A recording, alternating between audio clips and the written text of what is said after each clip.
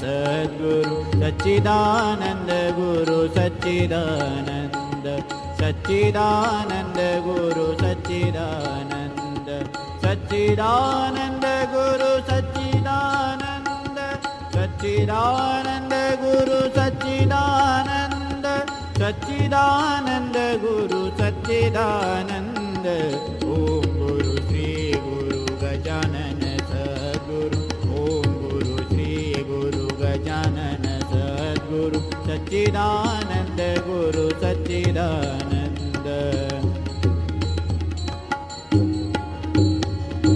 सच्चिदानंद गुरु सच्चिदानंद सच्चिदानंद गुरु सच्चिदानंद सच्चिदानंद गुरु सच्चिदानंद ओम गुरु श्री गुरु गजानन सद्गुरु ओम गुरु श्री गुरु गजानन सद्गुरु सच्चिदानंद गुरु सच्चिदानंद सच्चिदानंद गुरु सच्चिदानंद सच्चिदानंद गुरु सच्चिदानंद सच्चिदानंद गुरु सच्चिदानंद सच्चिदानंद गुरु सच्चिदानंद ओम गुरु श्री गुरु गजानन सद्गुरु ओम गुरु श्री गुरु गजानन सद्गुरु सच्चिदानंद गुरु सच्चिदानंद सच्चिदानंद गुरु सच्चिदानंद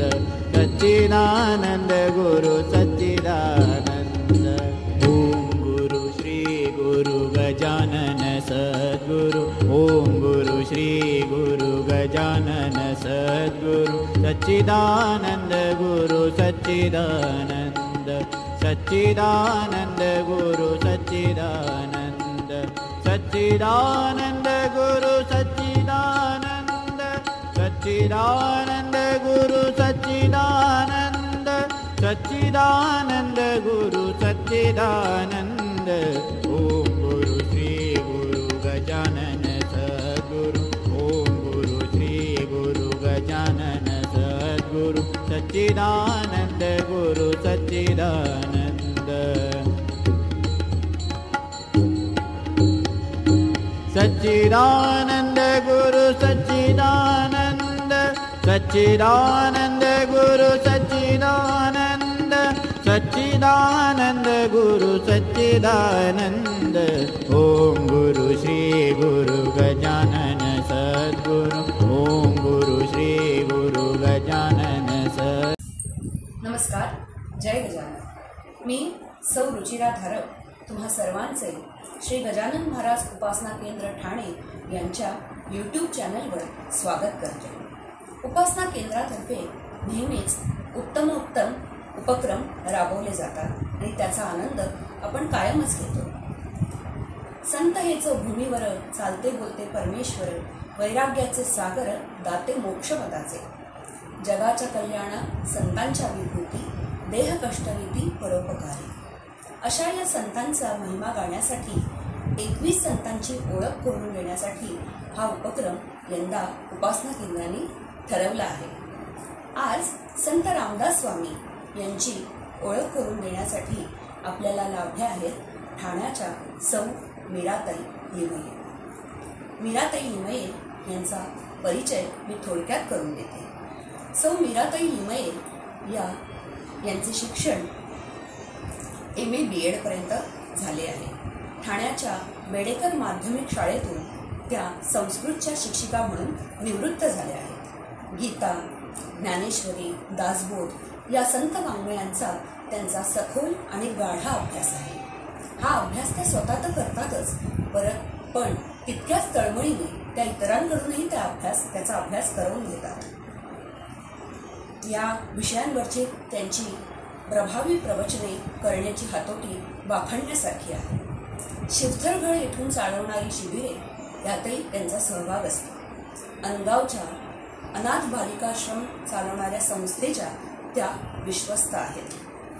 अशा या मीराताई लिमये यांचं व्यक्तिमत्व अत्यंत प्रसन्न, उत्साही आणि सात्विक आहे। त्यांच्या चेहऱ्यावरचं स्मितहास्य हे अत्यंत लोभस आहे। त्यांच्या ओघवत्या वाणीतून एवढे मोठे मोठे ग्रंथांचे अर्थ त्या सहज उलगडून दाखवतात. त्यांच्या जवळ जाऊनच त्यांच्या सानिध्यात राहून त्यांच्यातल्या हा ज्ञानप्रकाश आपल्याला त्यांच्या आचार विचार आणि उच्चारातून कायमच प्रत्ययाला येतो. त्यामुळेच त्यांनी अनेक माणसे जोडली आहेत. तर अशा या मीराताईंकडून आज आपण संत रामदास स्वामी यांचे शिकवण किंवा यांचे चरित्र जाणून घेऊया. जय गजानन.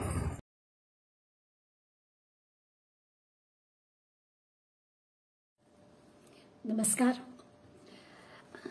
गजानन महाराज उपासना केंद्राच्या सर्व कार्यकर्त्यांना नमस्कार. आणि त्यांच्या उपक्रमाबद्दल दरवर्षी वेगवेगळा उपक्रम केल्याबद्दल त्यांनाही खूप खूप धन्यवाद. मला माझ्या सद्गुरूंबद्दल समर्थ रामदासांबद्दल आपल्यासमोर चरित्र मांडण्याचा ही संधी मिळाली त्याबद्दलही सुरुवातीलाच मी त्यांना धन्यवाद देते. मला वाटते अंतरी त्वाम बसावे, तुझ्या सच्चरित्रासी त्वाम बोधवावे, अपत्यापरी पाजोई प्रेम रसा, महाराजया सद्गुरू रामदासा. समर्थांचं चरित्र म्हणजे आपल्या राष्ट्राचं चरित्र. समर्थ चरित्र म्हणजे केवळ 1608 ते 1682 या कालखंडाचा विचार नाही, तर 300 वर्षाचं माजलं बंड ही समर्थांच्या चरित्राची किंवा समर्थांच्या आगमनाची पूर्वपीठिका आहे. आपण जर थोडा आणखीन पूर्वीपासूनचा विचार केला म्हणजे 7व्या शतकापासून ते 13व्या शतकापर्यंत म्हणजे ज्ञानेश्वर माऊलींपर्यंत, तर आपल्या महाराष्ट्राचा मोठा सन्मान मोठा गौरव इतिहासामध्ये आपल्याला पाहायला मिळतो. सर्व शास्त्रामध्ये न्याय शास्त्र कला साहित्य पांडित्य पराक्रम अध्यात्म क्षेत्र अगदी सर्व क्षेत्रामध्ये महाराष्ट्र अग्रेसर होता. बाबासाहेब पुरंदरे महाराष्ट्राचं वर्णन त्यांच्या शिवचरित्रामध्ये केलं आहे. फार मोठं म्हणजे असं वाटलं की अरे माझा महाराष्ट्र असा. बाबासाहेब म्हणतात महाराष्ट्रात सोन्याचं ऊन पडत होतं, रुपयाचं चांदणं पडत होतं, मोत्यांचा पाऊस पडत होता, घोडे धावू लागले ना तर कस्तुरीचा धुरळा उडत होता, फुलांवर अत्तरांचं दव पडत होतं. आणि एवढं सगळं वैभव असूनही कुठेही चंगळवाद भोगवाद व्यसनं नव्हती. लोक भक्तिमार्गी होते. हे सगळं वर्णन 7व्या दशकापासून 13व्या शतकापर्यंत असं होतं. यातून एक गोष्ट घडली की आपण गाफील राहिलो आणि 1293ला अल्लाउद्दीन खिलजीच्या रूपानं आपल्या महाराष्ट्रामध्ये परचक्र आलं. यादव सेना पराभूत झाली, मराठी माणूस चिरडला गेला, आया बहिणी भ्रष्ट झाल्या, मंदिरं पाडली गेली, मूर्ती फोडल्या गेल्या आणि असा 300 वर्ष सतत अत्याचारांचा थैमान ज्याला म्हणू असा चालू होता. आता थोडं आपण आपल्या चरित्र नायकाच्या बाजूला जाऊया. इसवी सन 962 पासून ठोसर घराण्याची जर आपल्याला यादी ती उपलब्ध आहे म्हणून त्याच्यावर जर आपण नजर टाकली तर सतत 22 पिढ्या अखंड समर्थांच्या या ठोसर घराण्यात कुळात रामाची उपासना चालत होती. आपण म्हणतो ना शुद्ध बीजा पोठी फळे रसाळ कोमटी, तसं समर्थांचे वडील सूर्याजी पंत आणि आई राणूबाई ह्या फार रामभक्त होत्या. अत्यंत सुशील मर्यादेशील अशी आई होती आणि सूर्यनारायणाच्या कृपाप्रसादानं सूर्याजी पंतांना आणि राणूबाईंना समर्थांसारखा म्हणजे प्रसाद भगवंताचा जणू काही मिळाला. आधी मोठा मुलगा म्हणजे श्रेष्ठ गंगाधर समर्थांचे मोठे बंधू हनुमंताचे रामाचे उपासक होते आणि मग हा नारायण म्हणजे हनुमंत रूपच जणू असं झालं रामाच्या कृपेनं. 1608 मध्ये चैत्र शुद्ध नवमीला ही पण मोठी गूढ गोष्ट आहे की रामजन्माच्याच वेळेला सूर्यमाथ्यावर म्हणजे दुपारच्याच वेळेला रामजन्माच्याच दिवशी रामजन्माच्याच वेळी नारळाचा जन्म झाला.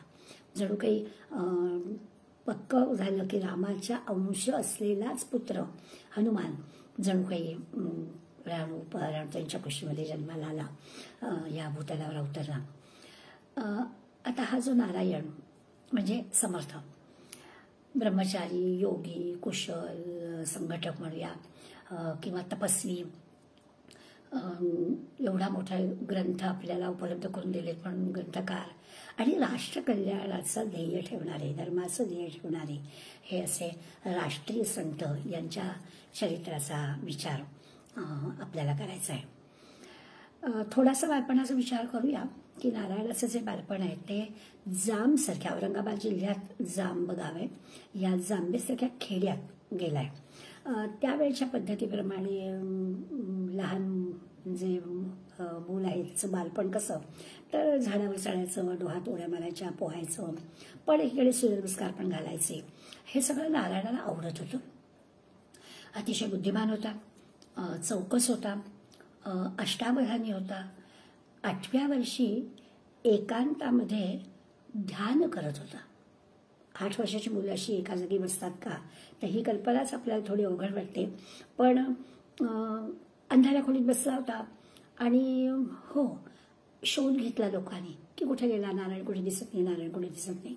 आणि मग जेव्हा आई शोधायला येते, आईला जेव्हा तो अंधाऱ्या खोलीमध्ये सापडतो तेव्हा आई विचारते, नारायण अरे इथे काय करतोयस? तेव्हा जे नारायणाचं उत्तर मिळतं ते आपल्याला आश्चर्य वाटणार आहे. आणि जणू काही नंतरच्या आयुष्यामध्ये त्यांनी जे कार्य केलं त्या कार्याची एक खरी ओळख त्या उद्गारामध्ये दिसते की नारायण आईला म्हणतो, आई चिंता करीतो विश्वाची. इतक्या या लहानग्या मुलाला अशी काय चिंता पडली असावी? तर आपल्या लक्षात येतं की मी मगाशी जो इतिहास सुरुवातीला सांगितला की 300 वर्ष महाराष्ट्रातील जनता जी सोसत होती ते नारळाच्या कानावर पडत होतं. त्या काळी लोक पायी प्रवास करायचे, म्हणजे जांबेसारख्या गावातून सुद्धा येणाऱ्या जाणाऱ्या लोकांकडून गावागावात होत असणाऱ्या घटना, गावागावात होत असणारे अत्याचार या नारळाच्या बालमनाला बहुधा कळत असावेत आणि त्यांनी ते बालमन त्रस्त होत असावं. जसं असतं ना की त्या काळामध्ये दुष्काळामुळे सुलतानाकडे खंडणी द्यावी लागली, ती जर वेळेवर गेली नाही, म्हणजे जाम गावामध्ये पण असं घडलं होतं की जाम गावाच्या पाटलांनी आपल्या गावाची खंडणी वेळेवरती दिली नाही तर त्या पाटलाला जीवे मारणं किंवा त्या पाटलाच्या घरातील आया बहिणीला भ्रष्ट करणं, पळवून नेणं, गायीवर पळवून नेणं, शेती म्हणजे गाव लुटून नेणं, अशा घटना घडत होत्या. आणि त्या थांबवल्या पाहिजेत, त्यासाठी काही प्रयत्न केले पाहिजेत. पण काय नेमकं करावं याची जी चिंता आहे ती या नारायणाला पडली असावी असं त्यांच्या उद्गारातून आपल्याला दिसतं. मोठा भाऊ जो गंगाधर पंत, या गंगाधर पंताशी हा मुलगा बोलत असणार, दोघं भाऊ एकमेकांशी याविषयी बोलत असणार. तेव्हा गंगाधर पंतांनी याला सांगितलं होतं की आपण संघटित झाल्याशिवाय या अशा प्रकारच्या गोष्टी थांबवता येणार नाहीत आपल्याला. आपण आधी बुद्धीनं, युक्तीनं, शक्तीनं सिद्ध झालं पाहिजे, तयार झालं पाहिजे, संघटित झालं पाहिजे, तर आपल्याला हे करता येईल. आणि नारायणाच्या मनात असा विचार केला की या जांबेसारख्या छोट्या गावात राहून हे सगळं नाही जमणार, आपल्याला बाहेर पडलं पाहिजे. आपला जो म्हणजे रामाच्या चरित्राचा जो प्रभाव नारायणावर आहे, आपण रामचरित्रामध्ये वाचलंय की विश्वामित्रांसारख्या ऋषींच्या यज्ञामध्ये जी विघ्न येत होती, राक्षस विघ्न आणत होते, त्यावेळेला विश्वामित्रांनी हे सगळं रामाला दृष्टीस पडावं यासाठी लहानग्या रामाला नेलं होतं. हे झाल्यानंतर सुद्धा रामाने दशरथाला असं म्हटलं की मला तीर्थक्षेत्र पाहून यायचं आहे. आपण रामचरित्रामध्ये हे वाचतो की 5व्या वर्षी मुंज झाली, मग विश्वामित्रांबरोबर राम असं यज्ञाच्या रक्षणासाठी गेले, तिथून आल्यानंतर तीर्थयात्रेसाठी राम गेले. तेव्हा जे काही रामाने पाहिलं, म्हणजे विश्वामित्रांबरोबर यज्ञाच्या रक्षणासाठी गेलेले असताना प्रत्यक्ष त्यांनी हे सगळं केलंच, पण त्या तीर्थक्षेत्राच्या सगळ्या प्रवासामध्ये ज्या कथा त्यांनी ऐकल्या, अत्याचाराच्या कथा ऐकल्या, तसं सगळं ह्या नारळाच्या मनामध्ये होतं. म्हणजे रामाच्या मनात जे चाललं होतं तसं सगळ्या नारळाच्याही मनात चाललं होतं असं आपल्याला दिसतं. बरं, रामारायांनी प्रत्यक्ष दर्शन दिलेलं होतं. रामराया सांगेल त्या मार्गानं नारळाने जायचं असं ठरवलेलं होतं. आपण असं म्हणूया की त्यावेळच्या समाजामध्ये जी काही प्रथा होती, म्हणजे लहान वयात मुलांचा विवाह व्हायचा. आता राणूबाई सामान्य मातेप्रमाणे तिच्या मनात असा विचार आला असेल की हा जो मुलगा आपला इतका ओढ आहे, काहीतरी वेगळे विचार त्याच्या मनात चाललेले असतात, तर त्याला आपलं संसाराच्या पाशामध्ये गुंतवून ठेवावं, म्हणून तिने नारायणाच्या विवाहाचा घाट घालायचं ठरवलं होतं. पण प्रत्येक वेळेला काहीतरी कारणाने नारायण नकार देत होता. एक दिवस मात्र आईनं नारायणाला शब्दात अडकवलं. नारायण मातृभक्त आहे.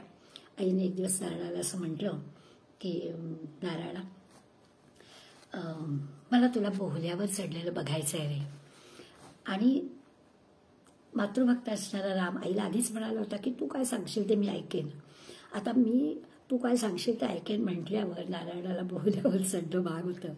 आणि अर्थातच तेवढाच शब्दाचा अर्थ नारायणानं, हुशार आहे नारायण, जेवढा आईला शब्द दिला होता तेवढाच त्यांनी पूर्ण करायचं ठरवलं. आपल्या मोठ्या भावाशी, गंगाधर पंतांशी सगळा आधीच विचार करून ठेवला होता. आणि म्हणून मामाच्याच मुलीशी विवाह ठरवला गेला. बरोबर पूर्व नियोजित कार्यक्रम होता. आईला दिलेला शब्द पाळायचा एवढाच त्याच्या मागचा अर्थ होता. आणि संध्याकाळच्या म्हणजे गोरेच्या मुहूर्तावर, त्या काळात काही वीज नव्हती, त्यामुळे समयांच्या मंद प्रकाशामध्ये मंगलाष्टकं चालू झाली. मात्र ठरवल्याप्रमाणे जसं ठरलेलं होतं तसंच त्यांनी केलं.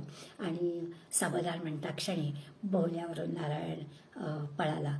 आता मी म्हटलं ठरवल्याप्रमाणे, कारण 12 वर्षाचा मुलगा पळून गेला आहे तर त्याला पकडणं काही अशक्य होतं, अशातला काही भाग नव्हता. परंतु पूर्वनियोजनच होतं. त्यामुळे गंगाधर पंतांनी आपल्या त्याच मंडपामध्ये, त्याच ठिकाणी त्या नियोजित वधूचा विवाह ठरवल्याप्रमाणे लावून घेतला. आधीच ठरवलं होतं. आणि लोक नारळाला परत आणायला गेले नाहीत का अशी जर शंका कुणाच्या मनात आली तर आपल्या लक्षात येतं की त्याला आणायचंच नव्हतं. आणि म्हणूनच अंबडशा देशमुखांशी आधीच बोलणं करून ठेवलेलं होतं. आणि त्यांच्या मुलाबरोबर या नारायणाचा जो मामा भाजी गोसावी, ज्याच्याशी नारायणाचा विवाह ठरला होता, त्या मुलीचा विवाह या अंबडशा देशमुखांच्या मुलाशी त्याच मंडपामध्ये, त्याच ठिकाणी पार पाडला. हे सगळं श्रेष्ठीनं आपल्या आईला म्हणजे राणूबाईला नीट समजावलं. मात्र शेवटी आईचा जीव आहे. आपलं हे 12 वर्षाचं पोरगं थंडी, वारा, ऊन, पाऊस, तहान, भूक या सगळ्यांना कसं काय तोंड देऊ शकेल असं आईला वाटणं स्वाभाविक होतं. परंतु गंगाधर पंत आईला सांगत होते, आई काळजी करू नको, रामाने त्याचा सगळा भार घेतलेला आहे. आणि राणूबाई रामाला रोज जणू काही प्रार्थना करत होत्या. श्रेष्ठी पण आईला वारंवार सांगत होते, आईला आधार देत होते, समजूताईची काढत होते. अर्थात शेवटी रामरायाला प्रार्थना करण्यापलीकडे राणूबाईंच्या हातात काहीच नव्हतं. पण नारायणाची मात्र रामरायावर अशी काही श्रद्धा होती की त्याच्या भरोशावर असं सगळं जो काही त्यांनी ठरवलेल्या गोष्टी होत्या त्या मी नेहमी असं म्हणते की 12 वर्ष बालपणातली गेली, 12 वर्ष साधना करायची, 12 वर्ष देशपर्यटन करायचं, हे सगळं नियोजन जणू काही रामाने या नारायणाच्या जीवनामध्ये ठरवूनच ठेवलेलं होतं. जामण्याहून निघालेला नारायण बरोबर 11व्या दिवशी नाशिकला पोचलेला आहे. नाशिकला आल्यावर नारायणाच्या तसं म्हटलं तर रामदास झाला. कारण स्वतःची ओळख करून द्यायची नव्हती. कुठून आला, काय आला, कुणाचा मुलगा आहे हे खरं सांगायचं नव्हतं. त्यामुळे पंचवटीमध्ये रात्रीच्या वेळी रामाच्या मंदिरामध्ये कोणी नव्हतं. अशा वेळेला नारायण तिथे गेला आणि त्या रामाचं दर्शन, चतुर्भुज रामाचं दर्शन त्यांनी घेतलं. आणि समर्थाने त्या रामाच्या चरणांना मिठीच मारली. काही तास जणू काही रामाच्या चरणांवर अश्रूंचा अभिषेक झाला. मानस पूजा नारायणाने केली. आणि आता हा नारायण रामाचा दास झाला, रामदास झाला. समर्थ प्रताप या नावाचा ग्रंथ गिरीधर स्वामींनी लिहिलाय. आणि याच्यामध्ये रामायणाचा आणि रामदासांचा एक गोड संवाद हे गिरीधर स्वामी लिहितात. रामचंद्रांनी मोठ्या प्रेमानं या रामदासांना पाहिलं असेल, त्यांना आलिंगन दिलं असेल आणि ते म्हणाले असतील की आपण दोघे काही भिन्न नाही. मला हवी असलेली धर्मसंस्थापना मी इथून पुढे तुझ्या करवी करून घेणार आहे. तुझं माझं नातं जे आहे ना ते सेव्य सेवक भावाचं आहे. तुला अनुग्रह देण्यासाठीच मी जमलेला नव्हतो. त्यावेळी अहम ब्रह्मास्मी हा उपदेश मी तुला केला होता. इथून पुढे धर्मसंस्थापना करायची आहे. हा जो हनुमान आहे तो तुला सहाय्य करेल. प्रभू देखील दास संतुष्ट झाला. जणू काही खरंच या दोघांमध्ये अशा प्रकारचा संवाद झाला असणार असं आपल्याला मानायला हरकत नाही. समर्थांनी नाशिकजवळच्या या टाकळीला आपली साधना सुरू केली. मी आता म्हटलं 12 वर्ष नियोजन केलेलं होतं. 12 वर्ष नंदिनी आणि गोदावरीच्या संगमावर समर्थांनी आपली थोडं वस्तीपासून दूर, गावापासून दूर अशी एक छान गुहा शोधून काढली आणि तिथे त्यांनी निवास करायचं ठरवलं. तसं म्हटलं तर 2 कोसावरच पंचवटीचा भाग होता. साधना करण्याचं वेळापत्रक ठरून गेलं होतं. पहाटे 3 वाजता उठावं, छानपैकी नदीच्या तीरावरती स्नान संध्या उरकावी, 1-2 नाही 1200 सूर्यनमस्कार घालून शक्ती संपादन करावी, पाण्यात उभं राहावं, 2 तास गायत्री मंत्राचा जप करावा. गुहेपासून थोड्याच अंतरावर हे सगळं असल्यामुळे गुहेत बसून जप करावा. दुपारी 12-12:30 पर्यंत रामनामाचा जप झाला की मग 5 घरी मालोकरी मागावी. काळ्या मंदिरामध्ये कुणाकुणाची कीर्तन प्रवचन चालू असेल ती ऐकावी. म्हणजे व्यायाम, जप, ध्यान, अध्ययन ग्रंथांचं हे सगळं दिनचर्येमध्ये त्यांनी बसवून घेतलेलं होतं. म्हणजे राष्ट्रसेवा करण्यापूर्वी स्वतःला घडवणं असं जे आपण त्यांची कल्पना आहे ती त्यांनी स्वतः प्रत्यक्ष केली असं आपण म्हणू शकतो. आता आपण म्हटलं की टाकळीला आलेला या 12 वर्षाच्या मुलाकडे लोकांचं लक्ष गेलं नसेल असं थोडंच आहे. लोकांचं लक्ष असणारच. हा मुलगा कोण आहे, कुठून आला असेल, कदाचित त्याच्यावर टीकाही झाली असेल, कुणी त्याला त्रासही दिला असेल. एक थोडा पुरावा आपल्या लक्षात येतो की याच कालावधीमध्ये समर्थांनी जी करुणाष्टक रचलेली आहेत ते करुणाष्टकामध्ये जो विषय आला आहे तो नेमका हाच आहे. रघुनायका काय कैसे करावे असं समर्थ विचारतात. किंवा उदासीन हा काळ कोठेच जातो. म्हणजे ही जी काही त्यांची उदासीनता किंवा नेमकं काय करावं ते कळत नाहीये. किंवा म्हणवनी करुणा आहे बोलतो दीन वाचा. तर म्हणवनी म्हणजे काय नेमकं, तर असा जो उल्लेख आपल्याला करुणाष्टकात वाचायला मिळतो तर कदाचित असं झालं असेलही.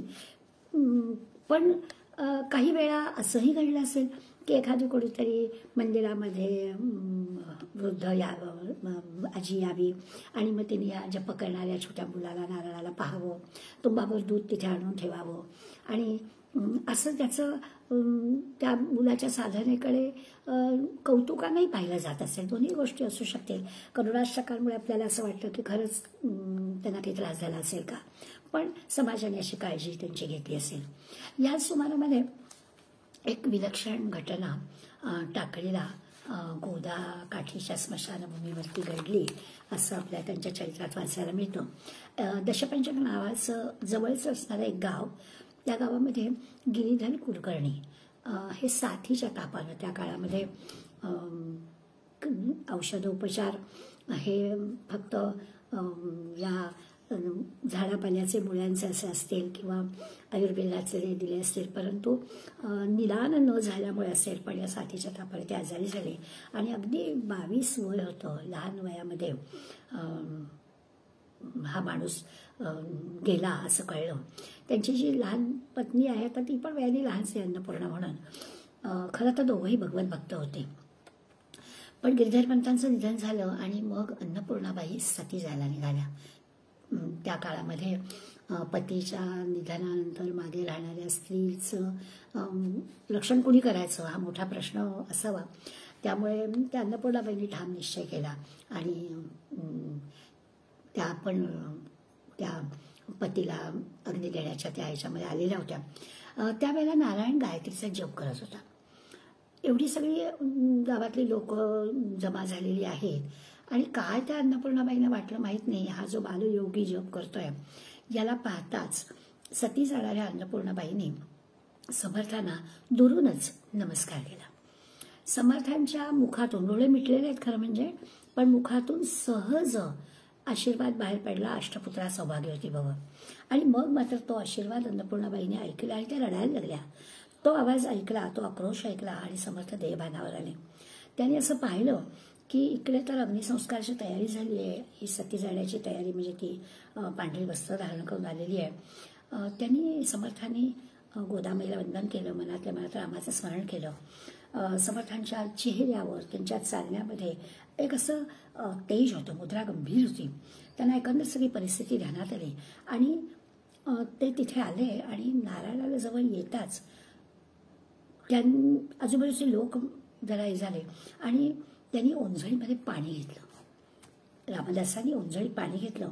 सूर्याची, श्रीरामाची, गिरीधर पंतांची, म्हणजे आपल्या श्रेष्ठींची, आपल्या वडिलांची, आपल्या आईची, सगळ्यांचं स्मरण केलं आणि ते ओंजळीतलं पाणी या गिरीधर पंतांच्या चेहऱ्यावर टाकलं आणि लोकांना सांगितलं की ह्या दोऱ्या सोडा. ओंजळीतलं पाणी शिंपडताच लोकांना पण जरा आश्चर्य वाटलं. लोकांनी त्या दोऱ्या सोडल्या आणि खरोखरच झोपेतून जसं जागं व्हावं तसं हे कुलकर्णी झोपेतून जागे झाल्यास उठून बसले. लोकांनी श्रीरामाचा गजर केला, श्रीराम जय राम जय श्रीराम जोरात घोष केला आणि स्वाभाविकच आजूबाजूची लोक आणखीन हे सगळं पाहायला जमा झाली. नारायण रामदासांनी सांगितलं की हे सगळं राम इच्छेनं घडलेलं आहे. मी कोणी जादूटोणा करणारा, मी कोणी योगी आणि असं काही नाही आहे, म्हणजे मेलेल्या माणसाला उठवणं असं काही केलेलं नाही आहे. तर तुम्ही एखाद्या चांगल्या वैद्यांना घेऊन या. आणि असं जरी असलं तरी या बालयोग्याबद्दलचा एक आदर किंवा चर्चा आसपासच्या परिसरात सुरू झाली असं मात्र आहे. अन्नपूर्णाबाई रामदासांना दशपंच गावातून दोघं जण पती पत्नी दर गुरुवारी रामदासांच्या दर्शनाला येऊ लागले. यथावकाश 12 वर्ष तपश्चर्या समर्थ करत होते. ही सुरुवातीलाच घडलेली घटना आहे. यथावकाश या पतीपत्नीला पुत्र झाला आणि त्यांनी पण समर्थांच्या पायावर मुलाला घेऊन आले. समर्थांनी, नारायणांनी म्हणजे रामदासांनी मुलाचं नाव ठेवावं अशी इच्छा पतीपत्नीने व्यक्त केली. उद्धव असं रामदासांनी त्याचं नाव ठेवलं आणि अन्नपूर्णाबाईंनी हा आपला पहिला मुलगा समर्थांना देण्याचं ठरवलं. पुढे जो आपण समर्थ संप्रदायाचा विचार करणार आहोत त्या समर्थ संप्रदायाचा पहिला शिष्य म्हणून आपल्याला म्हणता येईल, ह्या उद्धवाचा उल्लेख करता येईल. खरोखरच रामदासांचं, समर्थांचं हे जे काही पवित्र जीवन आहे, तपस्पूत व्यक्तींना काही अशा शक्ती प्राप्त होतात, आपल्याला ते नाकारता येत नाही. म्हणजे असं घडलंच नसेल का किंवा असं खरंच घडलं असेल का अशा प्रकारच्या शंका घेण्याच्या ऐवजी आपण असं म्हणूया की कदाचित असं असेल की पुढे जे की त्यांच्या हातून कार्य घडणार आहे त्याच्यासाठी या काही शक्ती त्यांना भगवंतांनी खरोखरच दिल्या होत्या असं म्हणायला हरकत नाही. नारायणाचा ध्यानाचा अभ्यास किंवा आता म्हटलं तसं अखंड नामस्मरण, अध्ययन हे चालूच होतं. या कालावधीमध्ये आजही आपल्याला धुळ्याच्या वाग्देवता मंदिरामध्ये समर्थांनी लिहिलेलं रामायणाची प्रत बघायला मिळते. तर वाल्मिकी रामायणाची प्रत सुद्धा कोणाकडून घेऊन त्यांनी लिहून काढलेली आहे. आता तेव्हा की लेखन साहित्य एवढं उपलब्ध नव्हतं. कागद तयार करणं किंवा शाई तयार करणं, बोरू तयार करणं असं करावं लागत असेल. पण अशा प्रकारचा अध्ययनाचा सुद्धा भाग या 12 वर्षामध्ये अत्यंत चौकस बुद्धी होती, निरीक्षण शक्ती होती. नाशिकमध्ये निराळे लोक प्रवासाच्या निमित्तानं येत असत. म्हणजे एकीकडे अभ्यास आणि एकीकडे आजूबाजूच्या एकंदर सगळ्या ज्याची काय नेमकी स्थिती होती, ज्यासाठी चिंता करतो विश्वाची असं आईला उत्तर दिलं होतं, तोही सगळा विचार त्यांना कळत होता की खरोखरच यवनांचे इतके अत्याचार आजूबाजूला चाललेले त्यांच्या कानावर येत होते. इतक्या विदारक घटना त्यांना ऐकायला येत होत्या. नाशिक, जुन्नर, संगमनेर हा जो सगळा भाग होता ना, हा तसं म्हटलं तर शहाजीराजांच्या अखत्यारीत होता. पण नुकतंच असं झालं होतं की दौलताबादमध्ये सुलतानाने जिजाबाईंच्या माहेरची 4 माणसं कापून काढली होती आणि त्यामुळे शहाजीराजे नाराज झाले होते. शहाजीराजांनी म्हणजे निजामाच्या चाकरीत होते. आदिलशाही, निजामशाही, कुतुबशाही सगळीकडले अनुभव कटूच होते. स्वतःचं राज्य असल्याशिवाय हा बदल आपल्यात होणार नाही.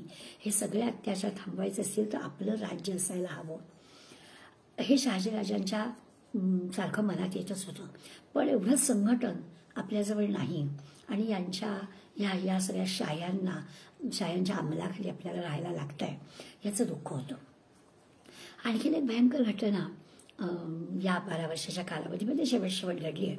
शहाजीराजांचा चुलत भाऊ, त्याचं नाव आहे खिळोजीराव. या खिळोजीराव राजे ते पण निजामाच्या चाकरीत होते आणि त्यांची पत्नी सत्यभामाबाई. या सत्यभामाबाई गोदेच्या तीरावर स्नान करण्यासाठी येणार असं बातमी आली होती. पूर्वी असं होतं की राजघराण्यातल्या स्त्रिया ज्या दिवशी गंगा स्नानाला येतील त्यावेळेला बाकी सगळ्या नागरिकांना तिथे म्हणजे अडोसा निर्माण करणं, मग त्या राजघराण्यातल्या स्त्रिया स्नान करणार, देवाची पूजा करणार आणि म्हणून त्या दिवशी आधीच बातमी ही सगळी पसरलेली होती. पण झालं असं की सत्यभामाबाई रामकुंडावर दर्शन घेण्यासाठी आल्या मात्र घोड्यांच्या टापांचा आवाज ऐकू आला. लोक सैरावेला पळू लागली, कारण हे असं नेहमीच घडतं हे लोकांना माहीत होतं. त्यामुळे काहीतरी विपरीत घडतं आहे हे लक्षात आलं आणि महाबत खान नावाच्या सरदाराने, जो भोसल्यांचा द्वेष करत होता, त्यांनी ही संधी साधली आणि सत्यभामाबाईंना उचलून पळवून नेलं.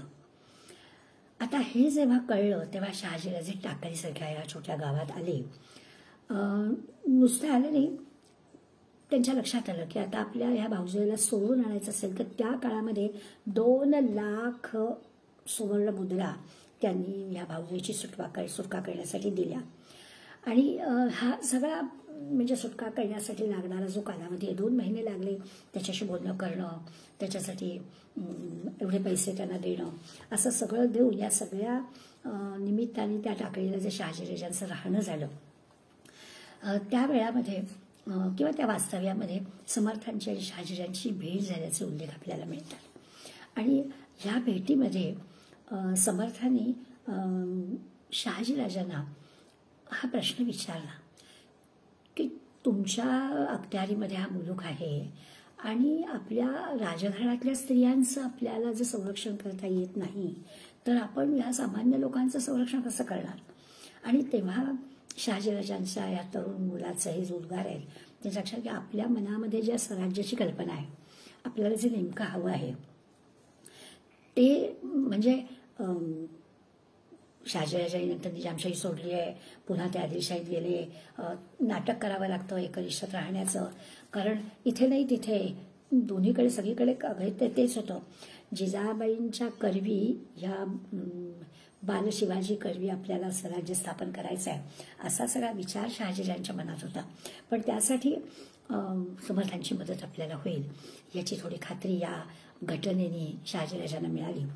पुढे समर्थानाची मोठी स्थापना करायची किंवा त्यांच्या मनात जो काही देशपरिवर्तनाचा विचार होता याबद्दल या दोघांच्या मनात चांगलं चिंतन झालं असणार. हा विचार जेव्हा शहाजीराजांना देशपरिवर्तनाचा समर्थांनी सांगितला तेव्हा शहाजीराजांनी पुन्हा तुम्ही महाराष्ट्रात परत या असं सुद्धा सांगितलं असणार. आणि खरोखरच म्हणजे आत्ता म्हटलं जसं की 1608 ते 1620 ठीक आहे जांभेभट होते, पुढे 1620 ते पुढे 1632 म्हणजे 12 वर्ष या नाशिकला टाकळीला समर्थांनी साधना केल्याचे आपल्याला हे पुरावे मिळाले. तासाभराच्या कालावधीमध्ये आपल्याला सगळ्या चरित्राचा मागोवा घ्यायचा आहे, तर पुन्हा या 12 वर्षाच्या कालावधीमध्ये फार आपल्याला रमता येणार नाही आहे. असं आपण नेहमी म्हणतो ना की अत्तराचा थोडंसं कापसाच्या बोळ्याला थोडंसं अत्तर घेतलं तरी सुद्धा आपल्याला तो सुगंध पुरतो. तसं थोडंसं आहे की एखादून घटना प्रत्येकच्या ह्याच्या सांगितल्या तरी आपल्याला चरित्रनायकाचं मोठेपण काय आहे ते कळू शकतं. आता पुढे 1632 ते 1644 12 वर्ष समर्थांनी देशपर्यटन केलं आहे. आणि या देशपर्यटनाच्या काळामध्ये मात्र आपल्या असं लक्षात येईल की खऱ्या अर्थानं पुढे जे काही शिवाजी महाराजांनी केली मदत आहे त्याची सगळी जी काही पेरणी म्हणतो ना ती पेरणी ह्या कालावधीमध्ये केलेली आहे. समर्थ हृदय असं ज्यांना म्हटलंय शंकरराव देव यांनी समर्थ कुठे कुठे गेले त्याची एक रितसर यादी केलेली आहे. त्यांचं म्हणणं असं आहे 1029 गावामध्ये समर्थ गेले या 12 वर्षाले पायी प्रवास. आणि तसं पाहायला गेलं तर 365 गुणिले 12 म्हणजे 4380 दिवस समर्थ फिरत होते आणि 1029 गावामध्ये समर्थ गेले. आता प्रवासामध्ये जे काही देशस्थितीचं समर्थांनी निरीक्षण केलं, प्रत्येक तीर्थक्षेत्री गेले, त्या देवतांचं पूजन केलं, सगळ्यांकडून राष्ट्रोद्धारासाठी आशीर्वाद घेतले, प्रेरणा घेतली, दिव्य शक्तीची मागणी केली. ज्या ज्या ठिकाणी ते गेले त्या ठिकाणी काही काही प्रवासातल्या नोंदी आपल्याला मिळतात. पंजाबमध्ये सुवर्ण मंदिरामध्ये समर्थ 2 महिने राहिले. अयोध्येमध्ये समर्थ 11 महिने राहिले. समर्थांच्या मनात जागोजागी मठ स्थापना करायची होती. तरुणांना या देशसेवेमध्ये दीक्षा द्यायची होती देशसेवेची. हा जो काही विचार होता तो अगदी पक्का होता आणि त्या दृष्टीनंच ही सगळी योजना चालली होती. गिरीधर स्वामींनी एक हिमालयातला प्रसंग लिहिलेला आहे. समर्थ हिमालयात गेले आणि खरं तर हिमालय ही ऋषींची तप करणाऱ्यांची तपोभूमी आणि समर्थ मुळातच विरक्त आणि त्यामुळे हिमालयात गेल्यानंतर समर्थांचं वैराग्य अधिकच उफाळू झालं असं म्हणायला हरकत नाही. म्हणजे काय देशसेवा, राष्ट्रसेवा वगैरे, लोकोद्धार, धर्मसंस्थापना हे सगळं मागच पडलं आणि वैराग्याचीच कल्पना, वैराग्याचाच विचार प्रबळ झाला असं गिरीधर पंत लिहितात. आणि एका अशा उंच हिमालयाच्या कड्यावरून खाली छानपैकी मंदाकिनी वाहते आहे आणि वैराग्य धारण ज्याच्या अंतःकरणात आहे त्या समर्थांच्या मनामध्ये विचार आला की रामालयाचं दर्शन झालेलं आहे आणि आता आपण आपल्याला काही आता करायचं काही राहिलेलं नाही आहे आणि आता आपला हा देह विसर्जित करावा असं मनात आलं. मात्र एक आश्चर्य घडलं. आश्चर्य असं घडलं की प्रत्यक्ष प्रभू रामचंद्र प्रगट झाले आणि समर्थांना म्हणाले, तुम्हासी जगदोद्धार करणे आहे, तुमची तनु हे आमची तनु आहे, 2 तपे रक्षिली काय आहे, जगदोद्धारा कारणे. आता समर्थांची नेमकी आपण अवतारच म्हणूया, अवतार घेण्यामागचं उद्दिष्ट काय आहे ते त्यांनी लक्षात आणून दिलं की तुम्ही लोकनेता आहात, तुम्हाला राजा घडवायचा आहे, स्वराज्याचा हिंदवी स्वराज्य स्थापन करणारा राजा घडवण्यासाठी तुमचा जन्म आहे अशी जणू काही आठवण यातून दिलाय. 1634 श्रीनगरला समर्थ आले. हरगोविंद सिंह म्हणजे शिखांचे धर्मगुरू त्यांची भेट झाली.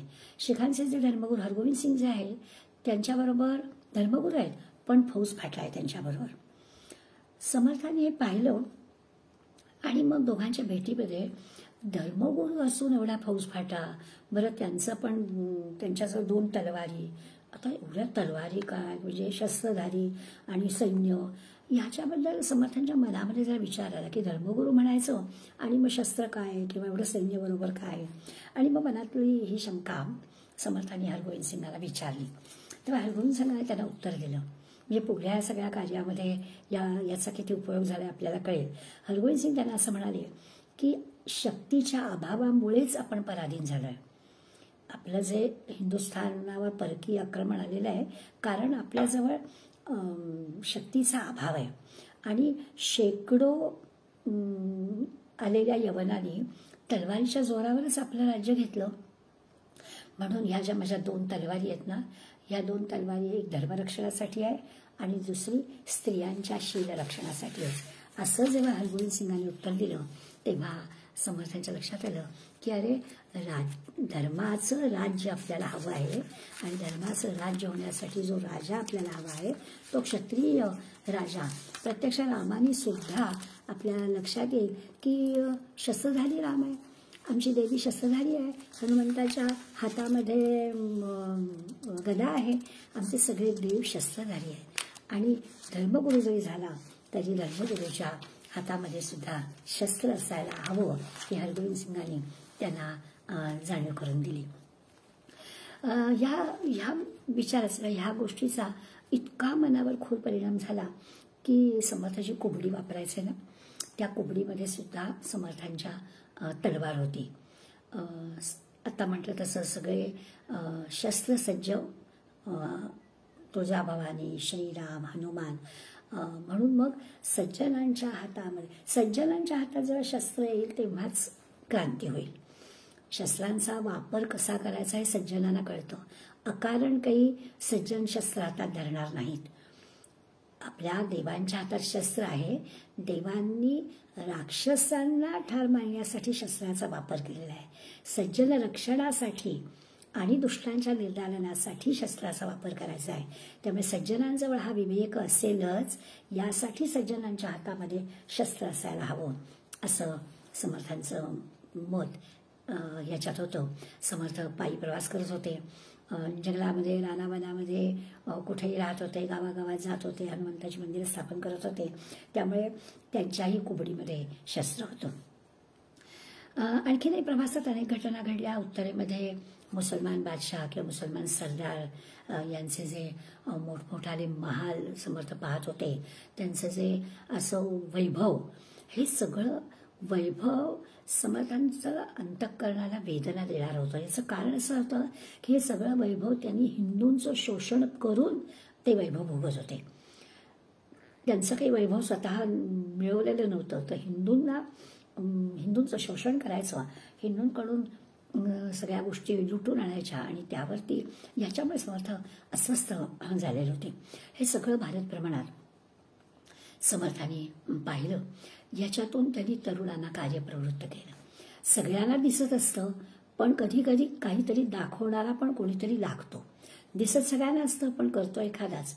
त्यामुळे ते आवर्जून हे असं चुकीचं घडतं आहे हे दाखवावं लागतं. पुढे उत्तर भारतातून दक्षिण भारताकडे प्रवास समर्थांनी केला. अगदी लंकेपर्यंत प्रवास केला. परतताना म्हणजे असं आपण म्हणू शकतो की लंकेत जाताना कदाचित बोटीतून, होडीतून समर्थ गेले असतील, परंतु बाकी सगळा प्रवास पायी केला आहे. परतीच्या प्रवासामध्ये विजयनगरला समर्थ गेलेत, बंगलोरला गेलेत, विजापुरात गेलेत, कर्नाटकात गेलेत आणि मग महाराष्ट्रामध्ये आले.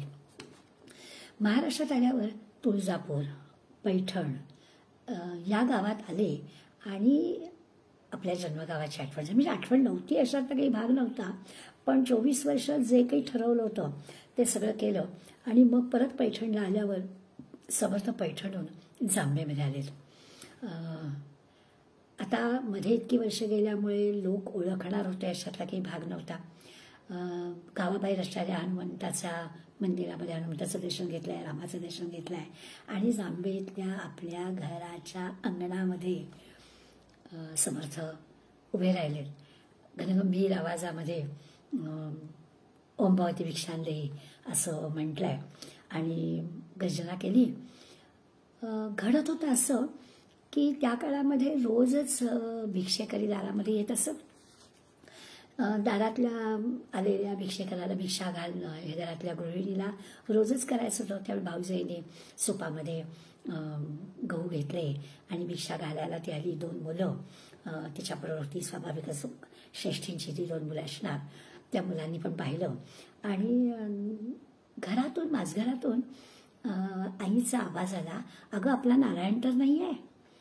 ह्याची पण खरं म्हणजे ह्या भाऊजाईला सवय होती की रोजच दारामध्ये ओम भवती भिक्षांदेही असं म्हणून कोणी भिक्षेकरी आला तर माझघरातून राणूबाई विचारायच्या, आपला नारायण तर नाही आहे.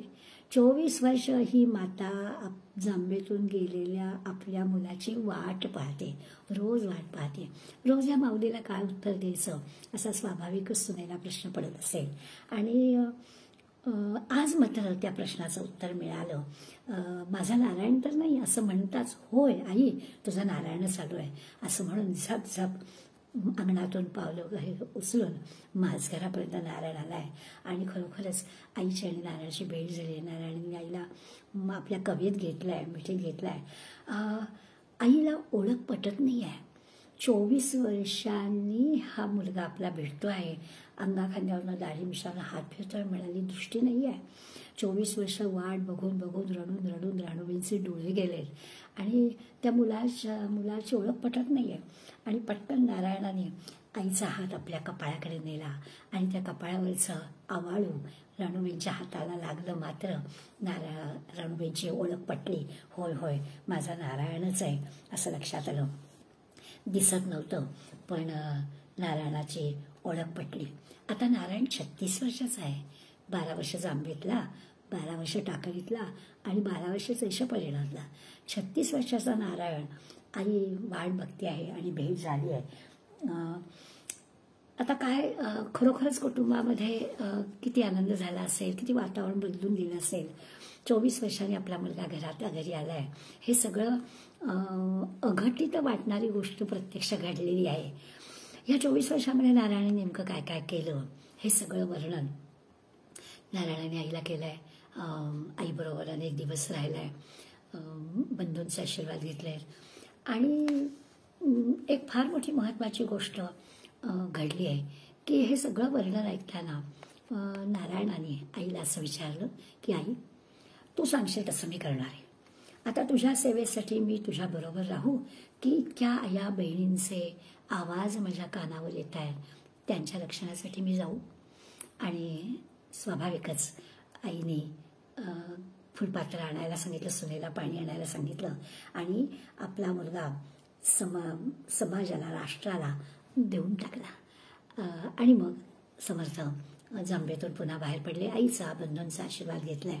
पुतण्यांशी, भावाशी, भावजेशी, आईशी अनेक ह्या देशपर्यंतल्या गोष्टी आणि सगळ्या सांगितलेत.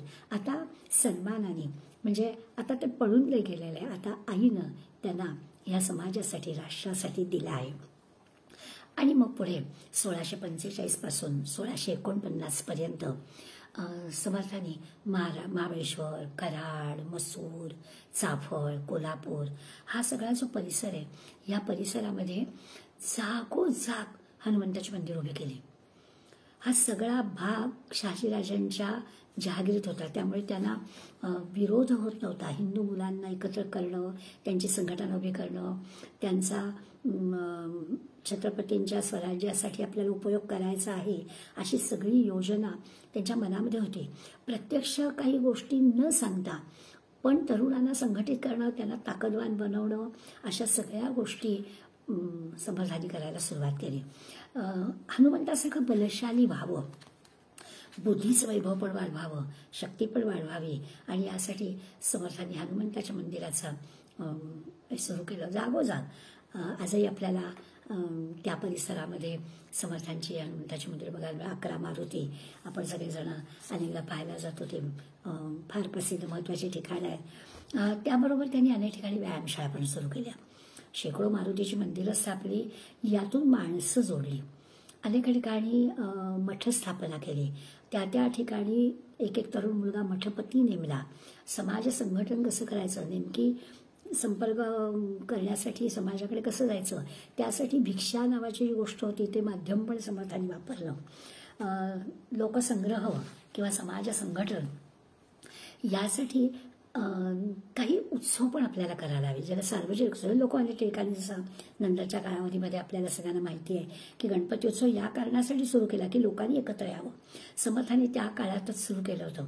मसूरला समर्थांनी रामनवमीचा उत्सव सुरू केला. आपण आता कल्पना करू शकतो की ज्या काळामध्ये मंदिरं पाडली जात होती त्या काळात समर्थ मंदिरं उभी करत होते. किती अवघड गोष्ट होती. समर्थांना म्हणजे अशी तर त्यांनी जागोजाग हनुमंताची मंदिरं बांधली, पण आता एक रामाचं भव्य मंदिर व्हावं असं त्यांच्या मनामध्ये होतं. बरं, मंदिर बांधायचं तर श्रमदानातून बांधायचं असं पण सगळ्या समाजाला वाटलं पाहिजे. जसं आपण म्हणतो विवेकानंद हे बांधलं शिलास्मारक, तेव्हा हीच कल्पना होती की प्रत्येकाकडून 12 रुपये का घ्यायचे, कारण त्याचं हे शिलास्मारक हे आपलं आहे असं वाटण्यासाठी प्रत्येकाच्या श्रीमंत असलेल्या माणसाकडून नाही तर प्रत्येकाकडून, अगदी गरीबातला गरीब असणारा सुद्धा त्याचाही याच्यामध्ये भाग असला पाहिजे. ही संकल्पना जणू काही समर्थांच्याच ह्याच्यातली एक एनर्जीनी पण घेतली असं म्हणूया, की समर्थांनी समाजाकडून म्हणजे समाजाच्या श्रमातून पण आणि त्यांच्याच देणगीतून किंवा त्यांच्याच स्वरूपातून आपल्याला मंदिर बांधायचं आणि अशी मजबूत एक संघटना उभी करायची असा समर्थांचा आहे होता. तसं म्हटलं तर मंदिराला लागणारा पैसा भिक्षेतून उभा करावा ही थोडी अवघड गोष्ट होती, पण लागला तरी वेळ लागू दे, मनामध्ये जर आपण ठरवलं तर होऊ शकतं. आणि मग हे करण्यासाठी जे आपल्या संप्रदायातली तरुण मंडळी होती त्यांना भिक्षेसाठी गावोगाव पाठवायचं, घराघरातून पाठवायचं आणि परिसरातल्या सगळ्या लोकांकडून या पद्धतीने भिक्षा गोळा करायची. जे कोणी पाथरवट आहेत, विटांची भट्टी करणारे आहेत किंवा मंदिर बांधण्यासाठी लागणारे जे काही सगळे मजूर आहेत त्या सगळ्या लोकांना इथेच वस्तीला बोलवायचं, त्यांच्याकडून काम करून घ्यायची. त्यांची स्वाभाविकच रोजची व्यवस्थाही आपल्याला बघायला हवी. त्यामुळे भिक्षेच्या मार्फत ही सगळी कामं होणार होती. आणि मग याच्यातून एक कल्पना अशी आली की जसं मगाशी म्हटलं की त्या टाकळीच्या वेळेला समर्थांनी करुणाष्टक असते, तशी ह्या भिक्षेच्या माध्यमातून जेव्हा राम मंदिर उभं करायचं आहे तेव्हा समर्थांनी मनाच्या श्लोकांची रचना केली आणि समर्थांच्या या महंतांच्या माध्यमातून राम मंदिर उभं करण्याचा हा समर्थांचा घाट समर्थांनी घातला.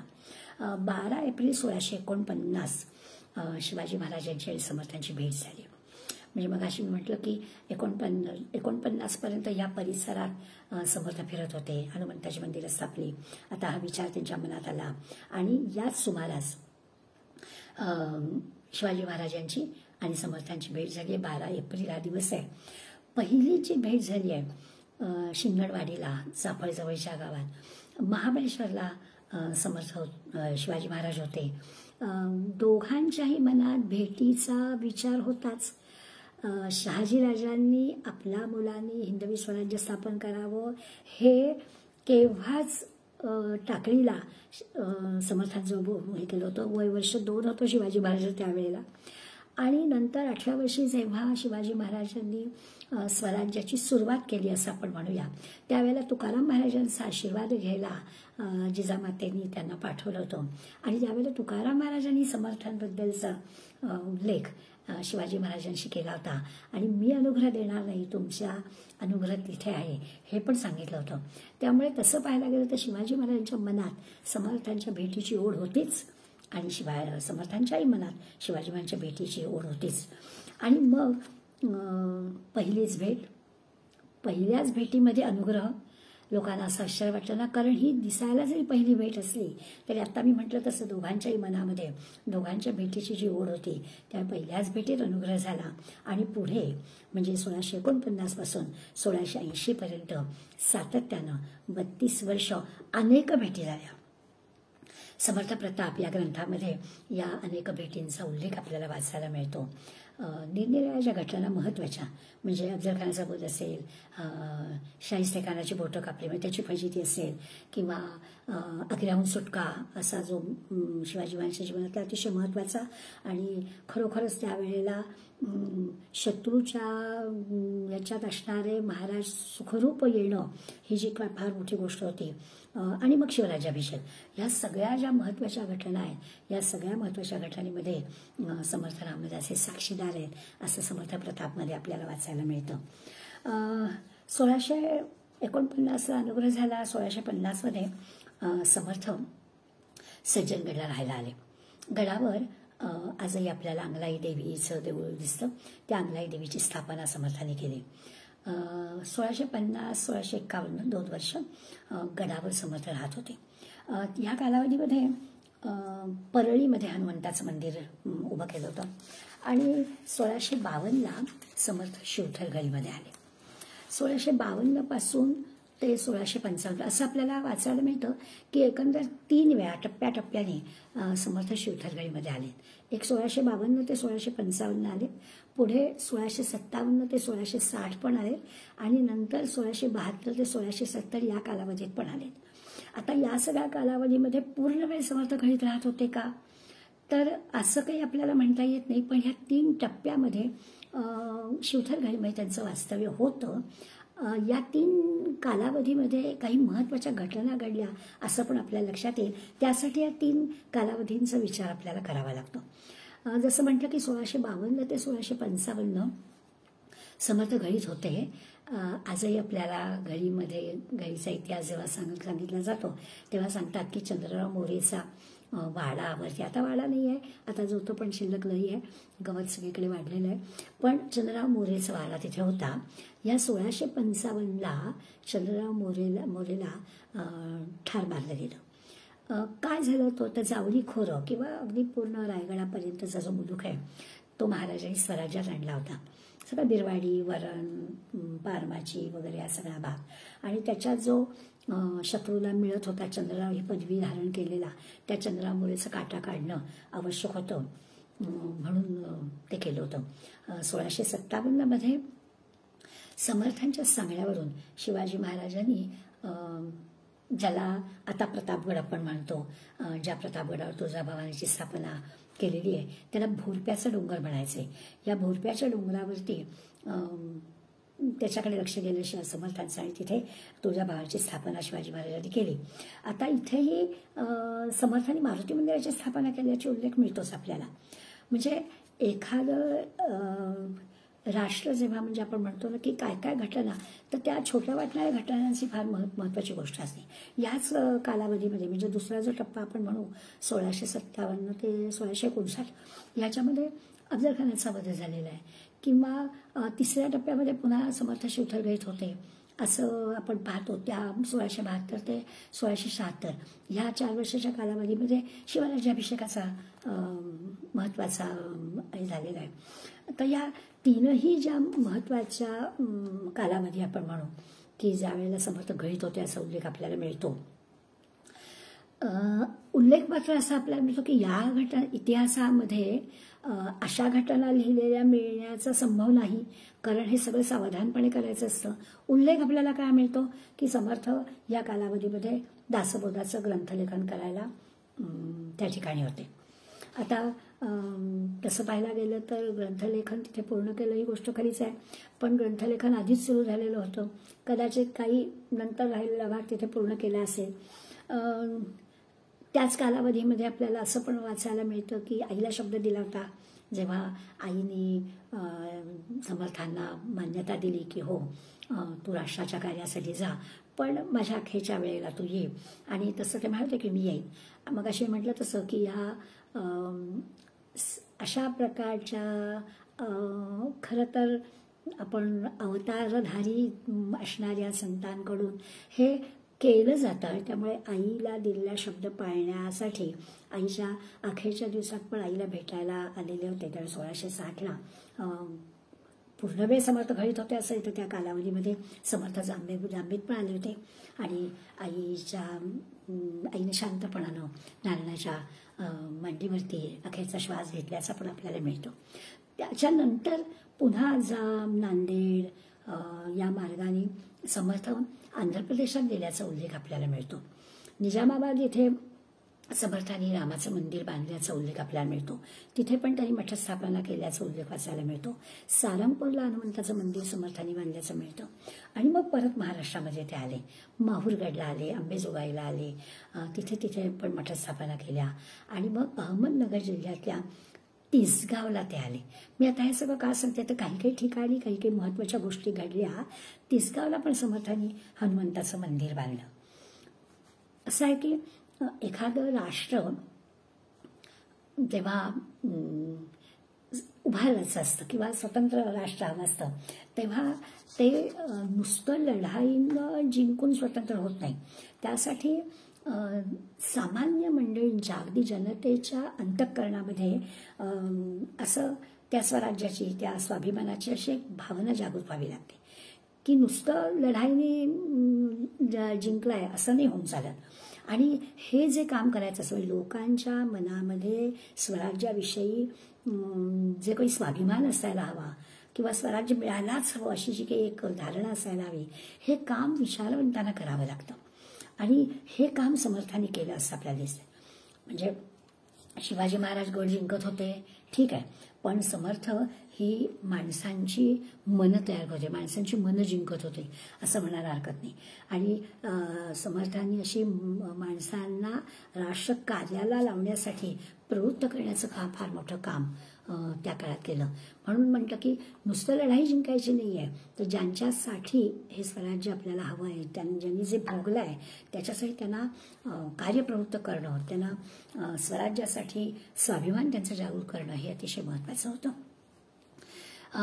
आणि आपल्या असं लक्षात येईल, ज्ञानदेवांपासून तुकाराम महाराजांपर्यंत विविध संतांनी धर्म जिवंत ठेवण्याचं काम केलं.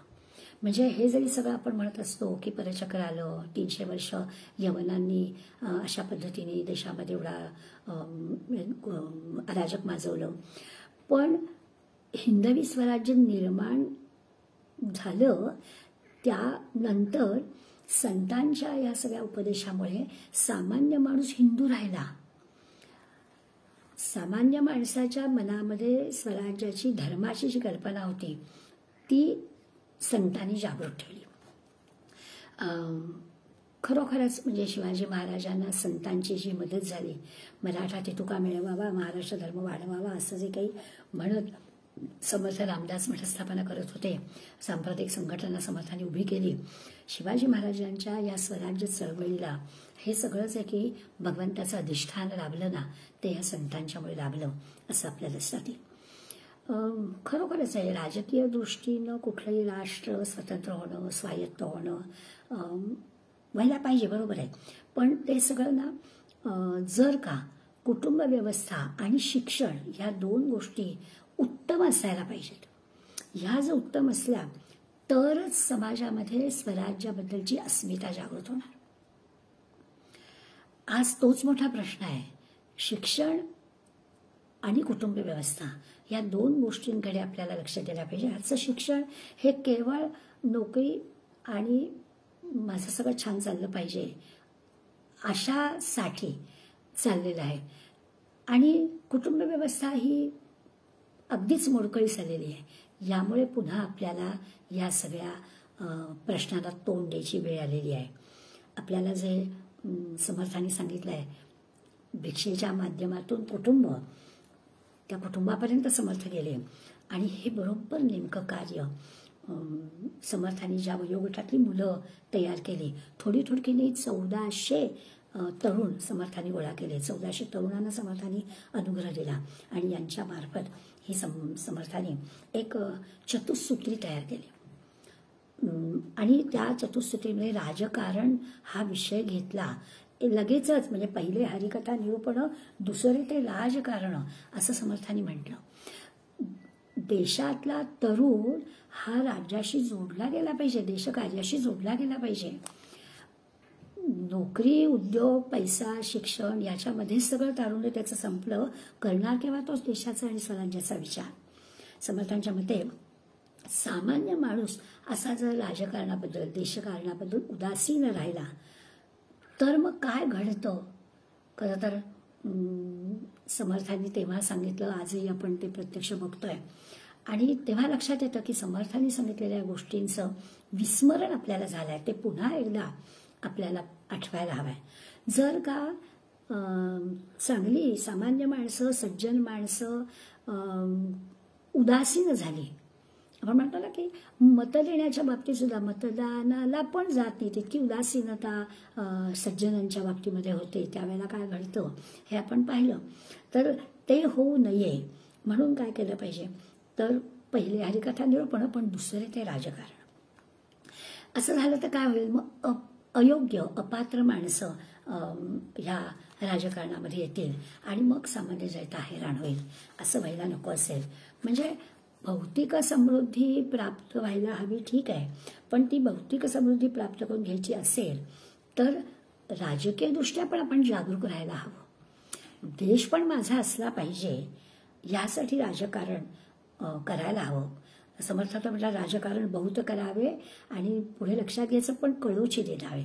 समर्थांनी हे सगळं जे केलं ना, एवढी मठस्थापना, एवढी हनुमंताची मंदिरं, एवढी मुलं तयार केली, गावागावात काय घराघरात जाऊन स्वराज्याबद्दलचा हा असा अभिमान लोकांच्यामध्ये जागृत केला. या सगळ्या गोष्टी अत्यंत सावधानपणानं कळोची निदावे अशा पद्धतीनं केला. याची पण हे पण आपल्या लक्षात घ्यायला पाहिजे. म्हणजे इतकी सावधानता असली पाहिजे. राजकारणामध्ये काही असे गोपनीय किंवा डावपेच ज्याला म्हणतो ते डावपेच हे त्यावेळेला देशच म्हणजे स्वतंत्र नव्हता, त्यामुळे हे सगळं करणं आवश्यक होतं. गुप्तपणानं सगळ्या मसलती करायला लागत होत्या.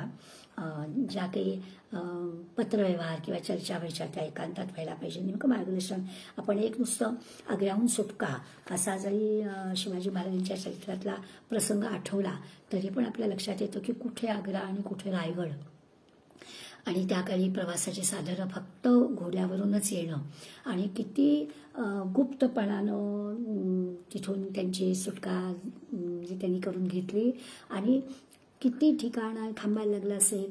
इथून दुसऱ्या मठात दुसऱ्यातून कुठे कुठे त्यांनी थांबायचं, नेमकं कुठे जायचं, कोण बरोबर असणारे वेषांतर केलेलं होतं. आणि आपल्याला सगळ्यांना शिवाजी महाराजांच्या चरित्रातला प्रसंग माहिती आहे की रायगडावर सुखरूप महाराज आले. किती किती सुखरूप आणि किती सावधानपणानं आले. तर दारामध्ये उभे राहिले. मग अशी जसं आपण समर्थांच्या आईच्या भेटीचा विचार केला आणि ओम भगवती भिक्षांदी तो आवाज नुसता ऐकला आणि आतून आई विचारते माझा नारायण तर नाही, तसं जणू काही झालं. जिजामाता वाट बघत होत्या. शत्रूच्या तुरुंगात असणारा आपला मुलगा कसा सुटावा यासाठी म्हणतात तसं देव पाण्यात ठेवलेले होते. येणाऱ्या प्रत्येक साधूसंतांचे आशीर्वाद मिळावेत आणि मुलगा सुखरूप परत यावा यासाठी सगळं चाललेलं आहे. त्यामुळे दानधर्म चालला होता.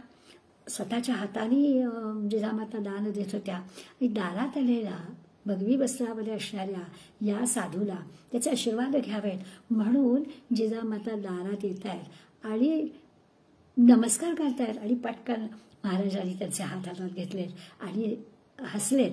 तेव्हा शिवाजी महाराजांचं ओळख जिजामातेला पटली. इतकं बेमालूम वेषांतर केल्याचा उल्लेख आपल्याला सापडतो.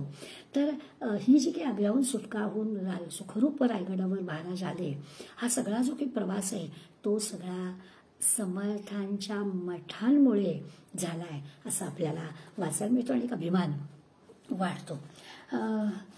सामान्य माणसाला समर्थ काय उपदेश करत होते हा झाला भाग आपण असं म्हणू मठ महंत संप्रदाय राजकारणासाठी म्हणजे हरिकथा निरूपणं, दुसरे ती राजकारणं. पण सामान्य माणसाला एक विश्वास वाटावा म्हणून समर्थ भक्तीचा उपदेश करत. गावागावातल्या नेत्यांकडे पुढाऱ्यांकडे जावं, त्यांच्याशी राजकीय काही चर्चा कराव्यात हे तर बरोबर होतं. पण सामान्य माणसाशी चर्चा करताना की ह्या राजकारणाची चर्चा करायची तर ती किती करायची. कारण सामान्य माणसाला असं असतं की त्याचं बिचाऱ्याचं रोजची काही व्यावहारिक गोष्ट असते ती पण त्याला करावी लागते. त्यामुळे स्वराज्यावरची निष्ठा, धर्मनिष्ठा या सगळ्या गोष्टी त्याच्या अंतःकरणामध्ये फक्त घालायच्या आणि हेही आपल्याला करता येईल. म्हणजे आपण म्हणतो ना की रामाने जसं वानर सेनेच्या मार्फत हे केलं तसं शिवाजी महाराजांनी मावळ्यांच्या मार्फत.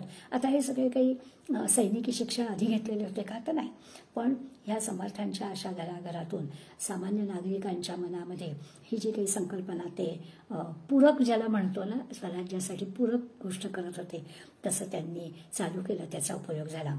धर्मकारण, राजकारण किंवा प्रवृत्ती आणि निवृत्ती किंवा प्रपंच आणि परमार्थ या सगळ्याचा एक असा सुमधुर संगम समर्थांनी प्रत्येकाच्या जीवनात घालून दिला की हे पण केलं पाहिजे, हे पण केलं पाहिजे. प्रपंच तर करायचाच आहे पण आणखीन काय करता येईल, प्रपंचावर परमार्थ कसं करता येईल असा विचार की नुसतं निवृत्ती पण मोक्षाच्या मागे जायचं नाही आहे तर त्याच्याबरोबर हे काय करता येईल अशा सगळ्या गोष्टी समर्थ विचारात घेत होते.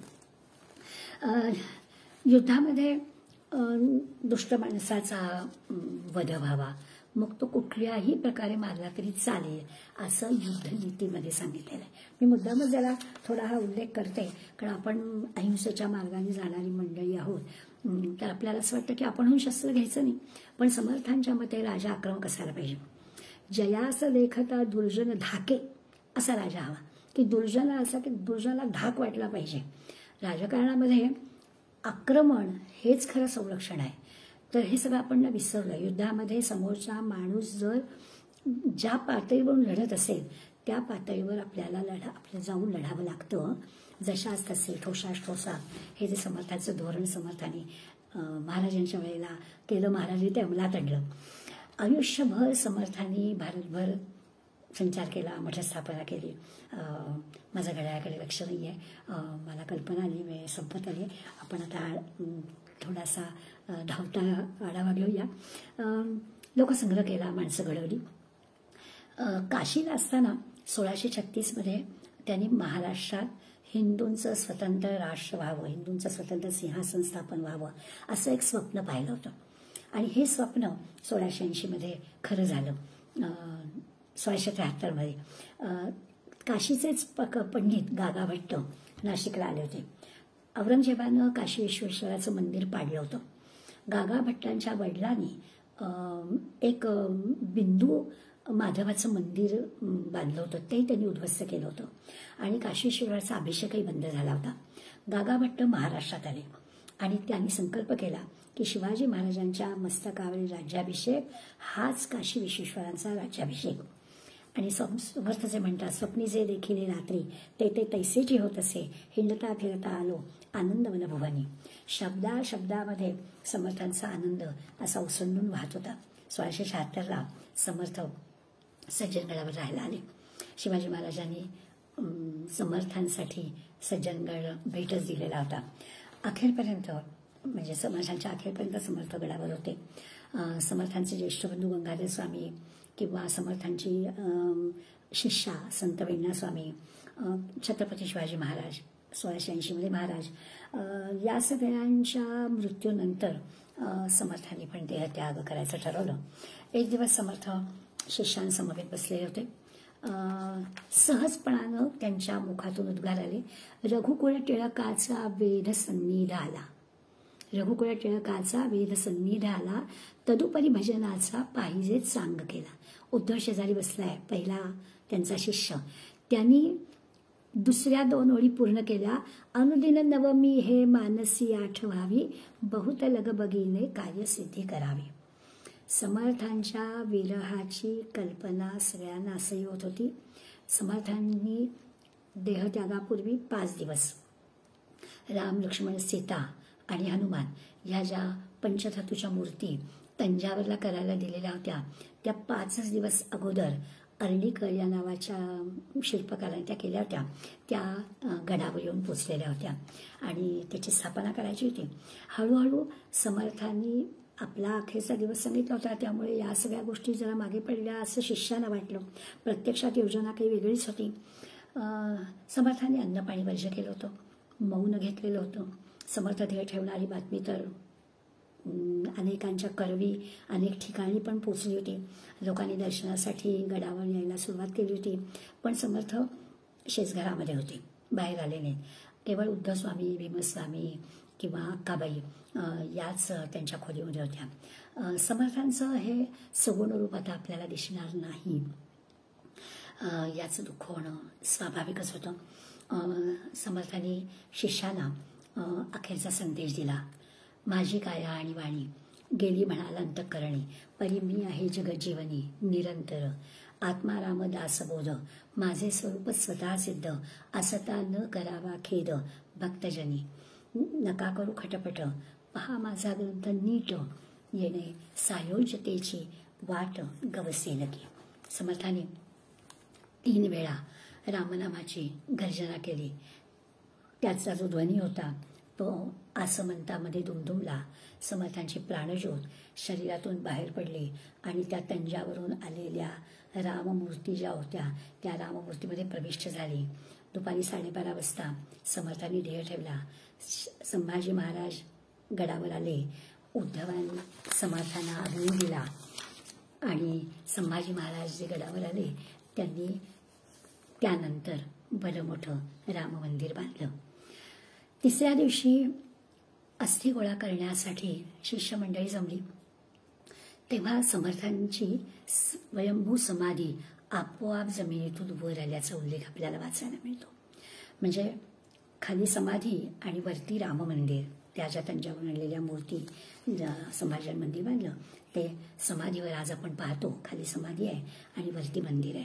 राम, लक्ष्मण, सीता आणि हनुमान असं मंदिर बांधलं. छान दगडी मंदिर बांधलं गेलं. समर्थांच्या निर्वाणाची बातमी सगळीकडे गेली.